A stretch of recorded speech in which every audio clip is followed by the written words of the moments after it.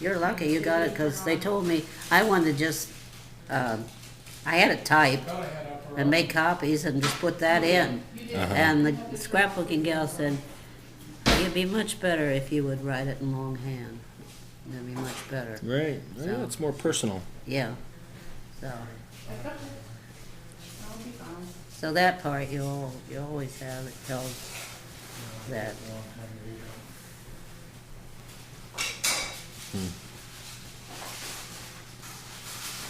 Here's where I talk about, as I said, everything happened in our kitchen. One morning when I was about 6 years old, my uncle spilled boiling hot water on me.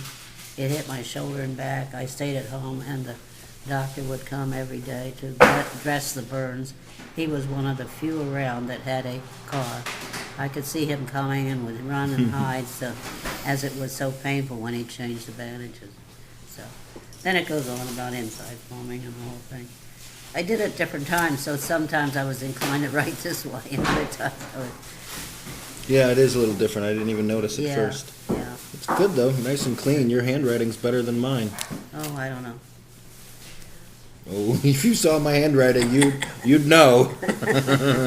Yeah, I think you told us most of these stories. Yeah, probably did. It's continued on here, and then I had these, so I had to fill in this page, so I just put those. It's high school graduation. Yeah. And your high school graduation? Yeah. See, I don't know, something about this other picture. You look older here than you do there. Well, I don't know. You look like you're about 13 years old there. Maybe I had my hair all up on the top of my Maybe head. that's why. I don't know. It's the angle it was taken to, Right. probably. It's funny. So, yeah, that's high school. I know I was real proud of my hair because I did my hair myself all the time. Yeah. So, this is part of it, and then still got history, and then it. Okay, so it says you weren't allowed to wear jewelry or makeup or Yeah. go to the movies. Right. Tell me a little bit more about that. Well, that was when I was still going to the Mennonite church, and we weren't allowed even to have a radio first. Says my first memory of a radio was my brother rigged up a battery crystal set outside a window, and we listened to baseball games, Jack Lewis fights, Amos and Andy, and the reception was terrible. It cracked and squealed, but we thought it was great. You know, and it goes on.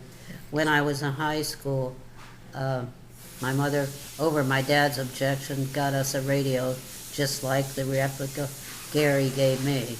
It was a Philly Philco. Every night at 6:45, Lowell Thomas with news came on, and that was one time my dad was stern, and us kids had to shut up. My dad, who didn't want the radio, enjoyed it as much as we did, as he had a great sense of humor and loved to laugh. We listened to Fibber McGee and Molly, Charlie McCarthy, later Bob Hope and Jack Benny with Rochester. Monday night was called for Philip Morris Theater. My mother and I would listen to that while she cleaned eggs and I did homework. So your dad learned to enjoy it then, huh? Yeah, he couldn't help it, you know, he thought, well, his parents told him it was sin from, that's part of the devil. So were you guys one of the first ones, or was everybody having radio? I mean, Oh, in yeah, your my church. uncle, my uncle Harvey gave and sold them from his store in town. He had a store in town that ended up selling refrigerators and stoves and radios and everything. And he was a member of the church. So, So it was pretty well accepted by then? Yeah, right. So, yeah, pretty much so. They, for a long time, I guess when TV came out, that was not allowed, but now they all have. You saw Lester had TV. Mm-hmm. They all have it now. I don't know how they listen to some of this stuff, but maybe they're